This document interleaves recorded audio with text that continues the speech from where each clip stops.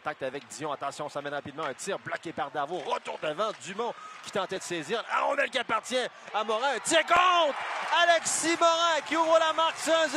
Ah ben là, au bout de 4 lancés, là, Nathan Darvaux pouvait rien faire sur cette rafale de tir au but. On voit un premier arrêt, un deuxième, mais on l'a vu dans une rapidité comme on peut l'avoir dans les Avengers. Donc, et finalement, on pousse la rondelle là, derrière le bout de la jambière de Nathan Darvaux. Alors, on parlait d'un gardien de but à plus petit gabarit. C'est ce genre de situation. Baudry qui va remettre vers Morin.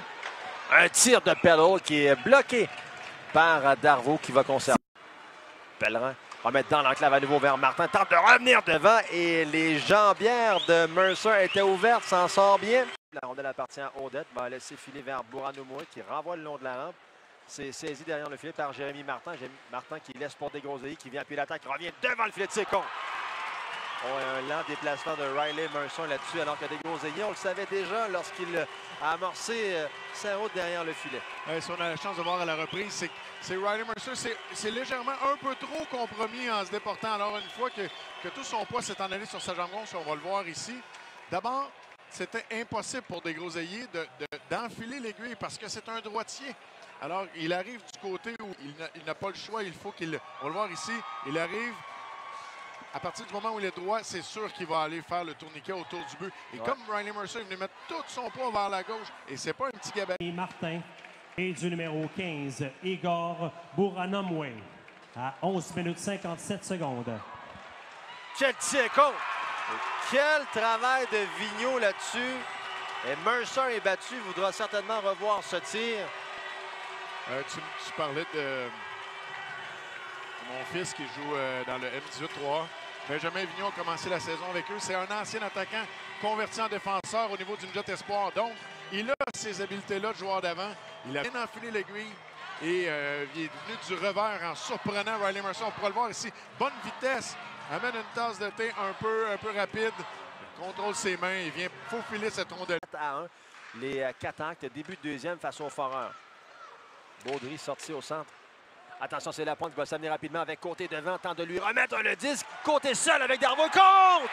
Justin Côté, agenouillé, va frayer un chemin à cette rondelle derrière Darvaux. Et quand on va voir la reprise, vous pourrez admirer toutes les habiletés de Justin Côté parce qu'il va avoir utilisé... D'abord, très belle passe là, du côté de...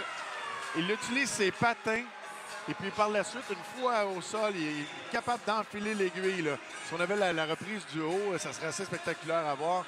On le voit ici, réception avec ses patins. Wow. Il joue quasiment au soccer. Il vient contourner Nathan Darvaux pour marquer le filet. Donc... Long de la rampe, passe au point d'appui. Attention, ça s'ouvre pour Desgroseilliers. Remise, un tir bloqué par Mercer. Ça provenait du bâton du capitaine Pellerin. Sorti en derrière, mais c'est Dumont qui intercepte, passe au point d'appui. Vers Hinckley qui lui transfère pour Baudry. Baudry, un tir bloquant défensif. Hinckley. Devant le filet. Tir contre Sam Oliver. Cette rondelle a d'abord dévié sur le patin de Bourano-Moué. Et elle a apparu sur la palette de Sam Oliver. Quand on va le voir à la reprise, on dirait que Sam Oliver devient surpris de voir la rondelle aboutir devant lui. Et il dépose sa palette rapidement sur la patinoire et déjoue Nathan Darvaux. On parlait de déplacer. C'est quand même un jeu de gauche à droite. Ça a touché tout simplement au patin du grand défenseur qui s'en veut d'ailleurs du côté des Tigres et il a tout simplement remis cette rondelle-là directement sur la palette de Sam Oliver. Regardez, on le voit, il ne faut pas s'installer, mais c'est un jeu à exécution très rapide. Malheureusement, pour Darvaux et heureusement pour les voltigeurs. Au point d'appui, bousculé par Michaud le long de la rampe. Lapointe vient lui prêter main forte. Lapointe sort du coin. Revient devant. Côté. Un tir stoppé par Darvaux. Le tourniquet qui a bien failli fonctionner pour l'attaquant des Rouges. Audette pousse le disque vers Barry. Barry renvoie vers Audette. Un tir. Bel arrêt du bout de la jambière pour Mercer. Belle chance de marquer chez les Tigres. L'intervention de Desgroseilliers au point d'appui. Desgroseilliers transfert vers Gendron et vers Desgroseilliers. Qui renvoie pour Gendron. Un tir atlassible, la rondelle qui revient rapidement devant. Larose qui a voulu s'en emparer. Passe vers Gendron. Gendron transfert vers Desgroseilliers. Qui renvoie pour Gendron. Gendron à l'embouchure. Tir contre! Et Larose qui fait dévier entre les jambières de Riley Mercer. Et c'est 3-3.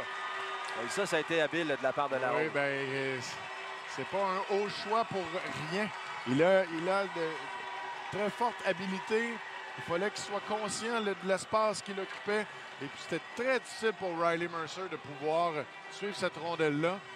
Lors de son déplacement, on va voir s'il a été ouvert quelque peu. Non, il a été patient. Parce que souvent, ce que le joueur fait maintenant... Transfert pour Dion d'entrée de territoire chez les Tigres. Dion vers Peddle. Peddle, il va en un tir bloqué par Darvaux, va conserver et va provoquer une mise en jeu en territoire des félins. Il va conserver le disque et heureusement va remettre pour Dion qui va s'échapper. Seul devant Darvaux, tire, arrête Darvaux! Pour Pellerin, finalement, il pourra s'avenir au banc pour un changement. Pellerin devant Woodward tente un tir, ça a été bloqué. Attention, Pellerin tente de revenir devant, ça a dévié sur le patin de Baudry et les Tigres l'emportent 4-3 en prolongation. Ah ben du coup, en fait, c'est un scénario souhaité pour tout le monde. Hein? Steve Hartliff voulait aller chercher ce point-là. Je suis convaincu que ce soit là, que ça allait toucher à Woodward ou à Baudry. Effectivement, à Baudry. Ouais. Donc, partisans, prochain match local dimanche, le dernier match de la saison régulière à 15h. Alors que l'Armada de